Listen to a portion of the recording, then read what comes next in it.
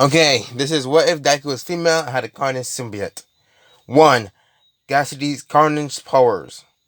Carnage is 35% of All Might's strength. He's able to lift up planes and throw tanks and throw cars. I'm gonna make it about 35% of All Might's strength. So I'm gonna take 60% of All Might to beat Cassidy right now. Like in his weakened state. Also, Carnage speed, he's 35% of All Might's speed. I don't really need to explain to that. He's very fast. He's as fast as All Might, 35%. What else? He can shapeshift. He can make part of his body's weapons. He can throw it. But if you do it too long, it can like slow him down and weaken him severely. But it has just a big limit that it barely shows up in the comments. So yeah. Let's see what else. He's very malleable. Like I said, he's very malleable. So like if you punch him, it's not like you're gonna be punching like a steel wall. It's gonna be more like you punching water. That's pretty much what's gonna happen there. Also, Carnage regeneration factor. Listen, I'm just gonna say this right now. I don't think anyone can like legitimately kill Carnage in the My Hero Academia world. Legitimately, like pounding. Like the dude can just. Okay, here's an example of his regenerating factor. He once got scattered into billions of pieces and just came back like that. He got hit by a train and got sent flying, and all of his pieces got scattered around the city. Came back in an hour. So yeah, fucking regeneration is better than Deadpool's, I can imagine. And let's see, he can see all around him. There's a thing he can see everything around him, so there's no sneaking up on him unless you're in pitch black darkness. He like then he can be able to shapeshift, so he'll get wings and change his clothing and stuff like that. What else? Also, he's changed his weakness for sound, I believe. Yeah, for sound. For some cool looking magic. I got it from the Dash Battle, by the way. So that's why I know all of this. He changes his sound one. He traded his sound one for Cthulhu looking magic. So yeah. So and that magic doesn't exist in the My Hero Academia world. So he just resistant to all types of sound. So sound doesn't hurt Carnage anymore. Fire still does though. Fire still like burns the shit out of him. So that's what happens there. So let's see how Carnage gets into this world. So I'll start the story off on a pretty good note. Venom and Spider-Man are fighting Carnage, sorry. And Carnage is very easily winning, saying, "Huh, you people are so stupid they even attempt to fight me. You might have killed you might have become a killer, but I was born as one." I see like torturing Venom. And then Spider-Man says, "Alright, now it's time. Doctor Strange, now!" And Doctor Strange comes out in a portal behind Spider-Man. And Doctor Strange says, "Oh, you know what you're doing, Peter. This is very risky. You might be changing lives here." And Spider-Man says, "Yeah, I know. Just please do it." And Carnage and Venom are still like fighting. And wait, Carnage like looks and sees Doctor Strange behind him. And he's like, "What the fuck? Who is that?" And Carnage sees, I'm sorry. Then Venom sees him like, "What?" And then two portals start to open up, sucking the two in. And Carter's like, "What the hell? No, no, no, no, no!" And he's like creating blood-soaked tendrils and sticking it into ground and walls, trying to like push away, trying to like get away from the portal, but it just got so much stronger of a pull. It's like a black hole sucking him in even further and further. And Venom then says, "Spider-Man, what the fuck are you doing? This isn't the plan." Like Spider-Man says, "I'm sorry, Venom, but two of you are too dangerous. I know you guys can breed. I need to get rid of you. I'm sorry, old friend. I tried my best." And Venom's like, "You bastard!" And Venom got sucked into the portal. And Carnage is still freaking out. He's like, "Oh shit, oh shit, oh shit." And he's thinking to himself, "Well, I do have that." And usually, and all the blood-soaked tendrils and stuff comes back in the Carnage suit. And Cassie's thinking, "What the hell are you doing?" And the symbiote Carnage separates himself from Cassidy with his last true connection with Cassidy, but the end of his finger saying, "Listen here, buddy. This has been a good run, but it's better you than me." And dips Cassidy, and Cassidy's like, "You bastard!" And Brendan Carter's like, "Yeah, you too." And he's realizing something. Hey, am I going further in? Yeah, Carnage forgot the part that he was kind of lighter than Cassidy. So he got something fast, like, oh shit, oh no, I regret everything, and goes up to the portal. And Cassidy's like, oh shit, and he tries to escape. And Venom and Spider-Man catches him like, oh no you don't, and put two spider webs on his back and pulls him towards himself. He grabs Cassidy by the shirt and holds him up. He's like, you're gonna go away for a long, long time, Cassidy. It's like, to number 10. And that's the end of that. You should know what happens after that. So back to Carnage. Carnage gets sucked into the portal and he's seeing a lot of weird things. He's seeing like a guy with spiky hair who's suddenly going to golden and wearing a martial gi. He's like, what the fuck? He looks around. He sees another guy with blonde, spiky hair who's wearing like an orange outfit, running a really strange way and running up walls. Like, what the hell is this? He sees some kid with some decks saying it's time to do. He's like, did that kid glitch or something? What the fuck? And he's like going through all these portals and seeing all this stuff. He's like, what is this? What am I looking at? And before Carnage can say something else, something happens. So he's heading straight for one of the glass looking type of strange thing this looks like. He can't describe it, like beyond his comprehension. Just like it looks like a portal to him. And he sees a guy and he jumps in. He goes into the portal. And a big, not big, but under the city in the sewers, a portal opens and suddenly drops out. And it goldles itself back together. And it looks and it sees it's in a sewer. Carnage like, what the hell? Where am I? He see like a get the things, okay, a fucking a sewer drain, whatever. Something to peek out into the road. He goes up in it. He like Malibu's his farm to like fix through the small holes, and he looks and he sees.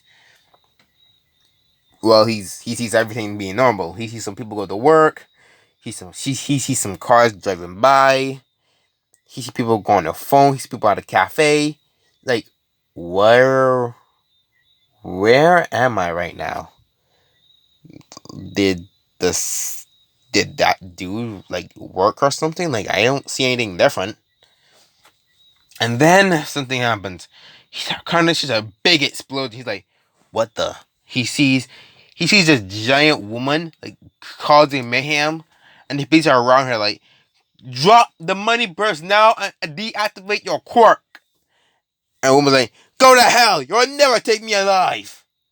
He's like, and Carnage is quirk. The hell's a quirk?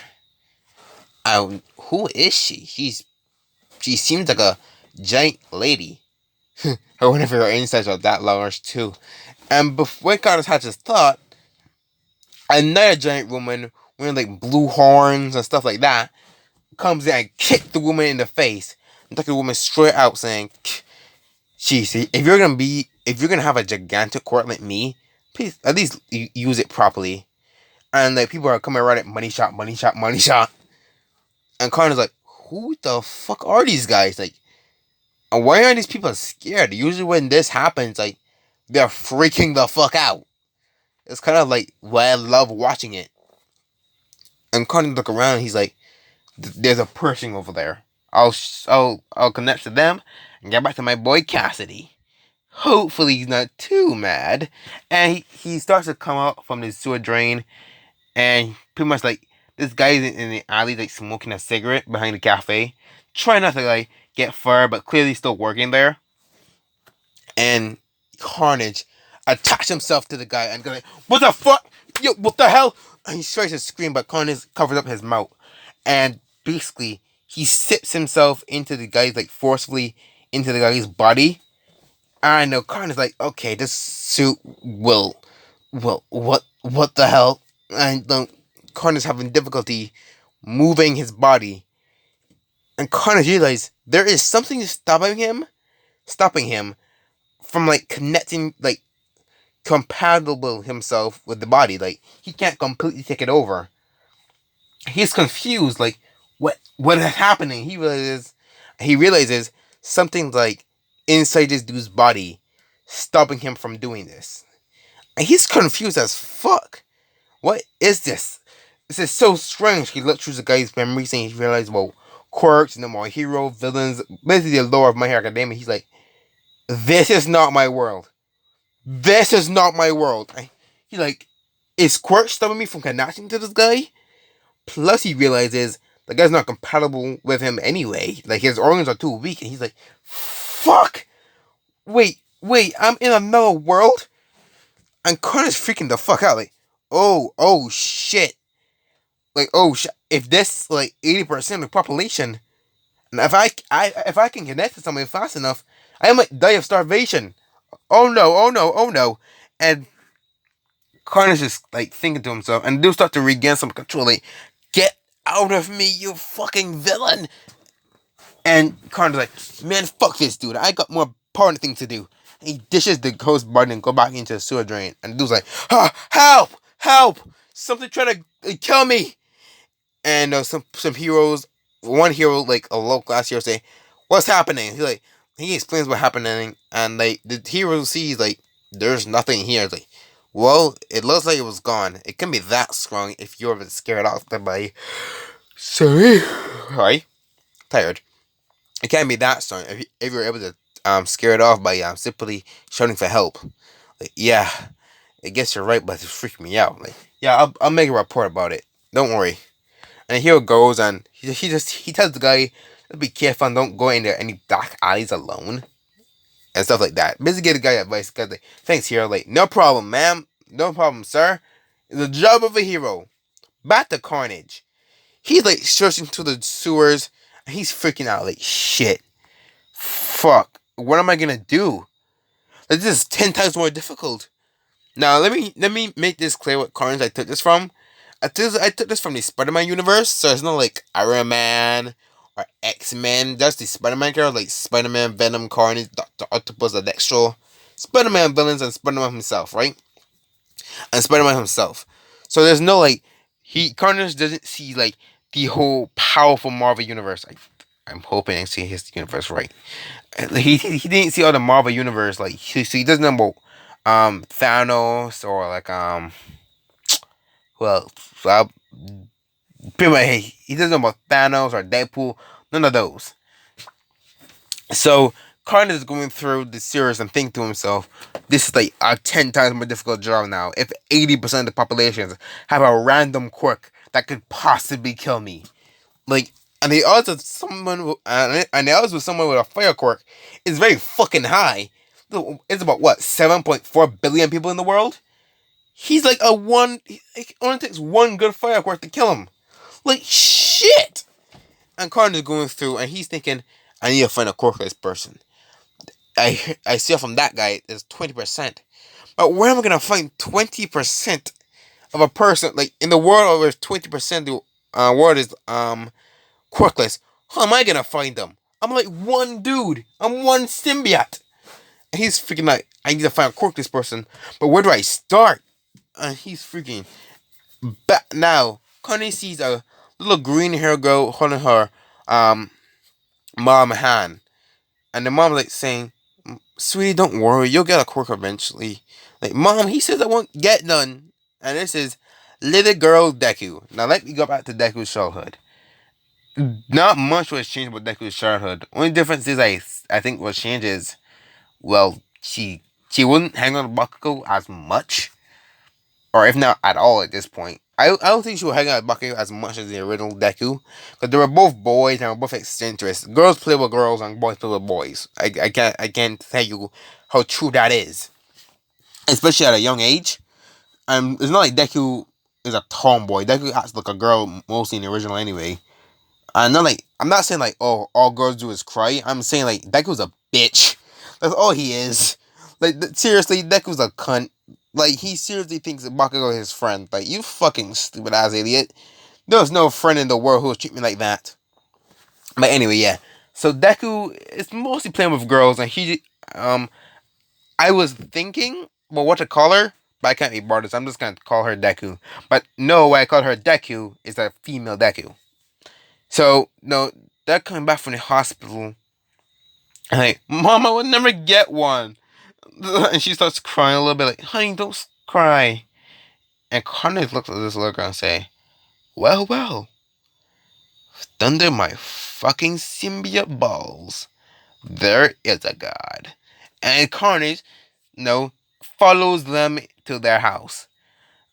And Deku, after eating and crying and just being devastated about all else and crying over the All Might video because she thought I get to be like just like All Might and stuff like that. Um, Deku goes to sleep, and his mom's like, "I'm so sorry, sweetie." And she does feel the depression of like, I did this to her for some reason. And when Deku is sleeping, you see this looming shadow over her, and when you see his Carnage face looking down at her, he just says, "Oh, this is gonna be a brand new friendship." And that's where I'm ending this. Yep, I'm ending it right here. Hope you guys enjoy and have fun. Happy and be safe. Fuck, I'm stupid. Get to 70%. Get to 17 minutes. Yes, finally. See you guys later.